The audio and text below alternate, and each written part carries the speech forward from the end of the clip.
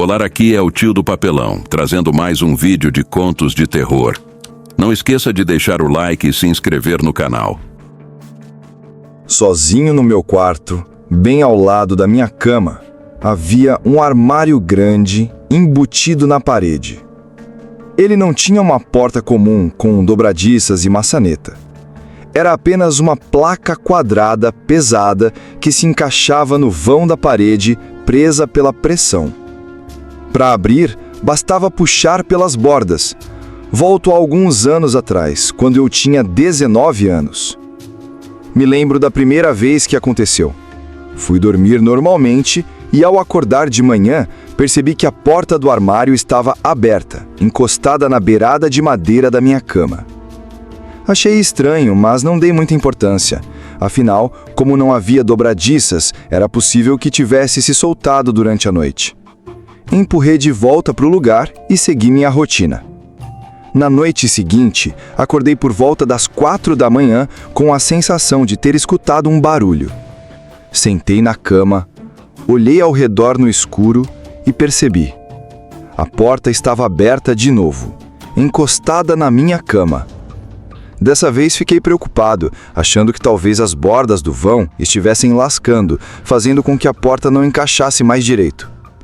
Decidi deixar assim e no dia seguinte tentei ajeitar.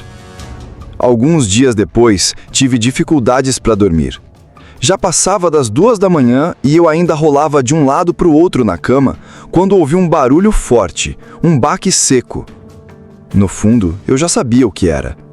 A porta tinha caído outra vez. Eu conseguia ver sua silhueta escura contra a parede. Irritado, pensei comigo mesmo que não iria mais fechá-la. Mas, alguns segundos depois, ouvi algo que fez meu sangue gelar. O leve amassar de um saco plástico vindo de dentro do armário. Meu coração disparou. No quarto não tinha nenhuma corrente de ar que pudesse mexer com alguma coisa. Tremendo, estiquei o braço e acendi a luz. E então, meu maior medo se confirmou. Havia alguém dentro do armário. Uma pessoa, escondida, me olhando diretamente da escuridão, enquanto eu estava deitado na cama. Por um instante que pareceu eterno, nós ficamos nos encarando. Assim que a luz acendeu, ele tentou se encolher, como se pudesse se esconder de mim. Eu congelei, incapaz de me mover. A única coisa que consegui fazer foi gritar, com toda a força dos meus pulmões. Pai! Meu grito ecoou pela casa e em menos de 10 segundos meu pai entrou correndo no quarto. Eu só consegui apontar para o armário. Ele se aproximou, puxou a porta e não encontrou ninguém lá dentro. Disse que eu devia estar imaginando coisas, mas pela primeira vez comecei a duvidar da minha própria sanidade. Mesmo assim, naquela noite me recusei a dormir ali.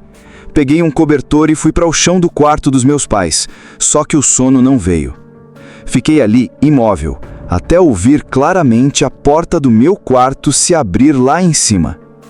Em seguida, passos apressados atravessaram o corredor, desceram as escadas correndo e a porta da frente bateu com força. Meus pais também ouviram. Foi só nesse momento que acreditaram em mim. Tentamos sair correndo para ver quem era, mas já não havia mais ninguém. Dias depois, ao examinar o armário, descobrimos que alguém tinha esvaziado um dos compartimentos internos e estava usando o espaço como esconderijo. Quando eu e meus amigos tínhamos 13 anos, vivíamos aprontando. Uma das nossas travessuras favoritas aos sábados à noite era o famoso toca e foge. Tocar a campainha das casas e sair correndo antes que alguém abrisse a porta. Naquela época, todos nós morávamos no mesmo quarteirão, num bairro tranquilo da periferia. Hoje em dia, esse bairro está cheio de casas, mas naquela época ainda havia muitos terrenos baldios e áreas de mata. Vou trocar os nomes dos meus amigos por segurança. Vou chamar de Marcos, João e Mateus. O mais corajoso era sempre o Marcos, que se encarregava de tocar as campainhas. Eu e Mateus normalmente ficávamos escondidos, e o João às vezes ajudava Marcos a correr.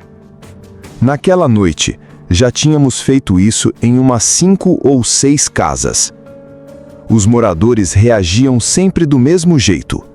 Abriam a porta irritados, gritavam algumas coisas, olhavam ao redor e voltavam para dentro. Em uma das casas, o homem chegou a gritar que chamaria a polícia, mas nada além disso aconteceu.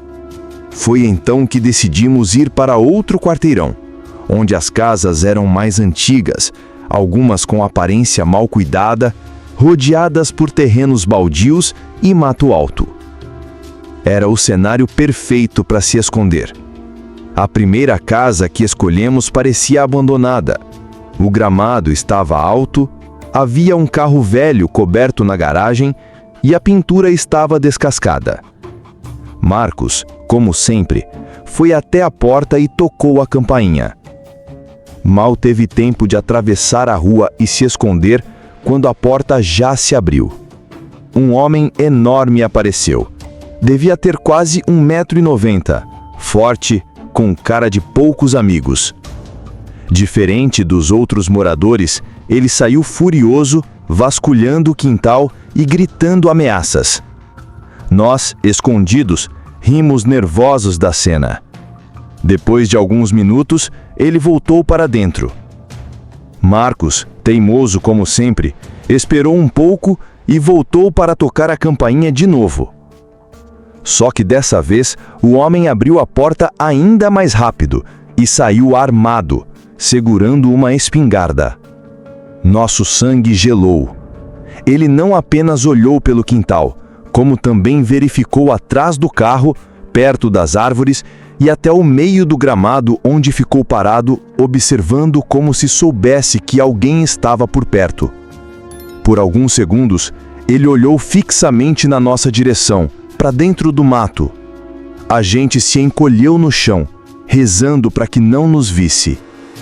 Depois, ele voltou para dentro, mas ficou parado na janela, imóvel, encarando a escuridão onde estávamos escondidos.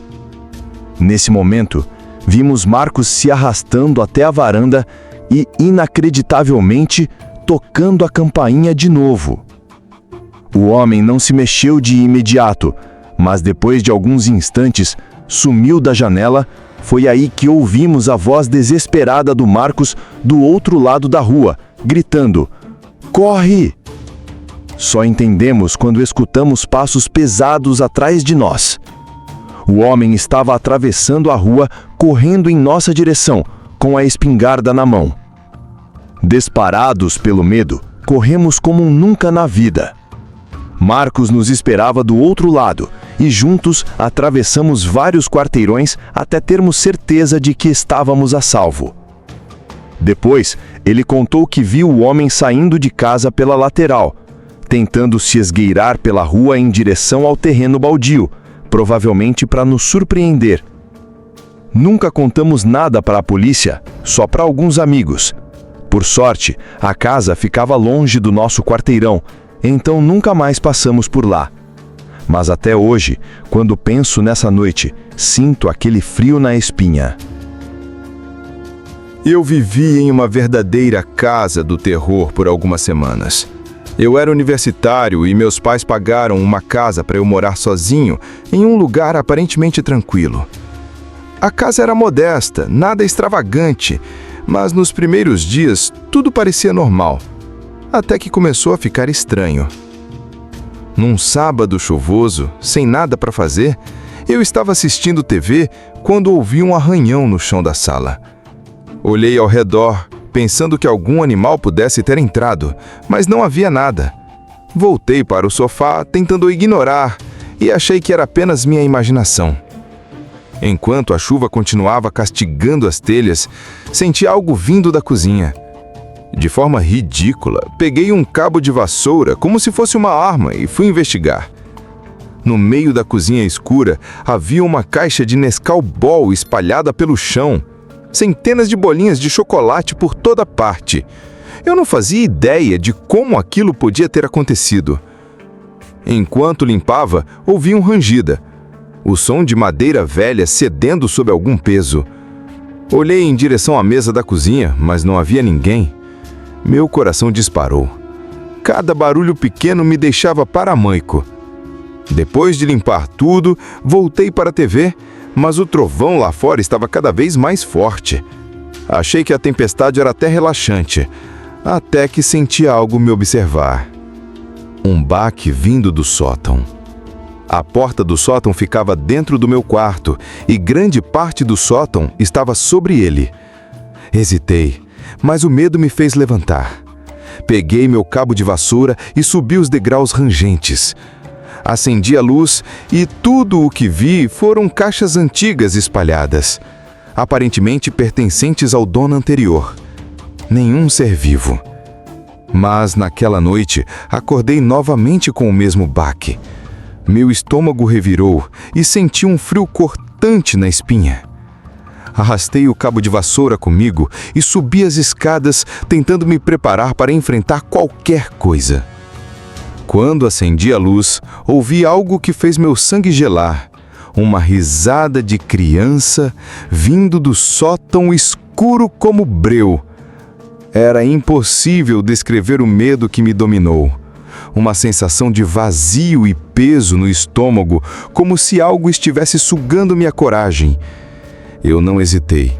Corri daquela casa como nunca corri na vida, na chuva fria. Liguei para meu pai e implorei para ele me buscar.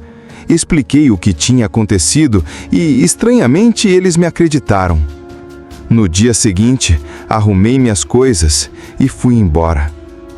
Até hoje, estou convencido. Aquela casa era completamente paranormal. Não esqueça de deixar o like e se inscrever no canal. E acompanhe o vídeo anterior. Até a próxima!